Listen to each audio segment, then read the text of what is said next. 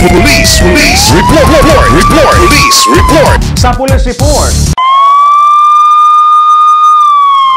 Ang Police Report hatod kaninyo ni Board Member Nemesio Imi Lahi-Lahi, Board Member, 2nd District, Misamis Occidental, Chairman sa Committee on Peace and Order sa Sangguniang Panlalawigan. Police report. Police report. Sa Police Report, anong detalye ni Johnny Tommy?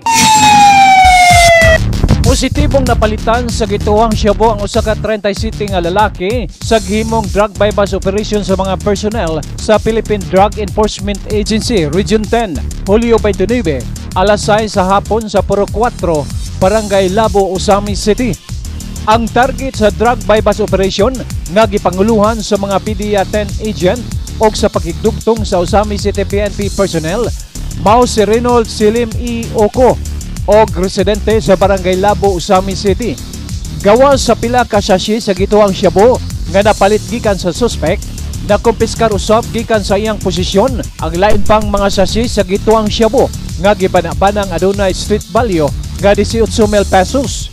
Ang suspect nga si Reynold Silim anana sa kustodiyan sa Osamis City PNP o giandam na ang mga dokumento alang sa pag-atubangong kaso sa paglapas sa Republic Act 9165 o Comprehensive Dangerous Drugs Act of 2002. Nagpasalamat ang mga operatiba sa PDEA Misamis Occidental Sub-Office sa mainitong suporta sa Osamis PNP hinungdan sa kalampusan sa operasyon. Alang sa Police Report, Johnny Tommy reporting. Ang Police Report hatod kaninyo ni Board Member Nemesio Imi Lahi-Lahi, Board Member, 2nd District, Misamis Occidental, Chairman sa Committee on Peace and Order sa Sangguniang Panlalawigan.